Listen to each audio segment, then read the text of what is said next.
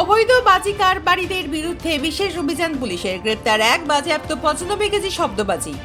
দীপাবলি উৎসবে প্রত্যেক বছর পরিবেশ দূষণ হওয়ার জন্য রাজ্য সরকারের তরফে এই নির্দেশিকা জারি করা হয় সবুজ বাজি অর্থাৎ পরিবেশ বান্ধব বাজি ব্যবহারের।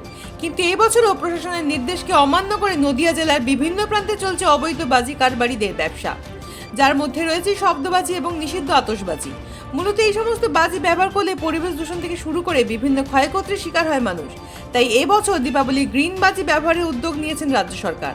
সরকারের নির্দেশ না মানলে আইনত ব্যবস্থা নেওয়া হবে বলে জানানো হয়েছে প্রশাসনের তরফে। ঠিক সেই মতো অবৈধ বাজি কারবারিদের বিরুদ্ধে অভিযান শুরু করল নদিয়ার হরিণঘাটা থানার পুলিশ। সূত্রের খবর, গতকাল রাত্রে হরিণঘাটা থানার বিভিন্ন বাজারে শুরু করে অভিযান চালিয়ে প্রায় 95 কেজি শব্দবাজি বাজেয়াপ্ত করে পুলিশ। এছাড়াও এক অবৈধ বাজি কারবারিকে গ্রেপ্তার করা হয়। শুক্রবার ধৃতের বিরুদ্ধে সুনির্দিষ্ট মামলা রুজু করে তোলা হবে আদালতে। জানা গেছে, ধৃত ব্যক্তির নাম অমিত শীল, বাড়ি নদিয়ার হরিণঘাটার থানা এলাকাতে। পুলিশ সূত্রে খবর, ওই ব্যক্তি লাইসেন্স ছাড়াই অবৈধভাবে শব্দবাজির কারবার চালাতো।